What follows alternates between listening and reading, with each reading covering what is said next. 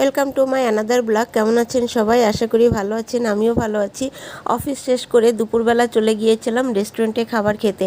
এই যে সুন্দর একটা রেস্টুরেন্টে চলে আসলাম, এসে খাবার অর্ডার দিয়েছিলাম। কিছুক্ষণের ভিতরেই আমাদের এই যে খাবার চলে আসলো। আজকে আমি অর্ডার দিয়েছিলাম হচ্ছে হায়দ্রাবাদের মাটন কাচ্চি বিরিয়ানি।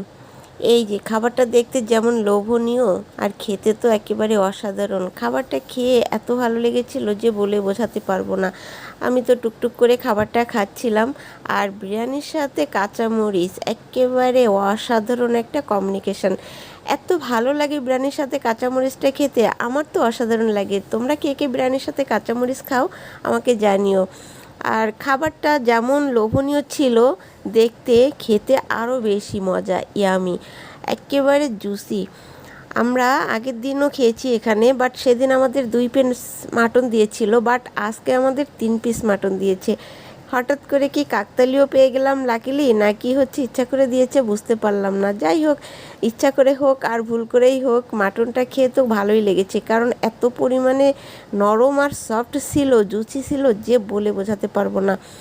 রাইসের সঙ্গে মাটনের কম্বিনেশনটা একেবারে অসাধারণ। আর খুব বেশি যে তেল মশলা ছিল তাও না, জাস্ট ঘরোয়া রান্নার মতোই লেগেছিল। মাঝে মাঝে ঘরের রান্নাটা যখন খেতে ইচ্ছা করে না, কাজ শেষে মাঝে মাঝে এভাবে বাইরে যেয়ে খেতে কিন্তু ভালোই লাগে। আর অফিস শেষ করে যখন ক্লান্ত হয়ে পড়ি, তখন বাইরে একটু ঘোরাঘুরিও হয়, আবার রেস্টুরেন্টের একটা সুন্দর একটা পরিবেশের আলাদা একটা ফিলও নেওয়া যায়।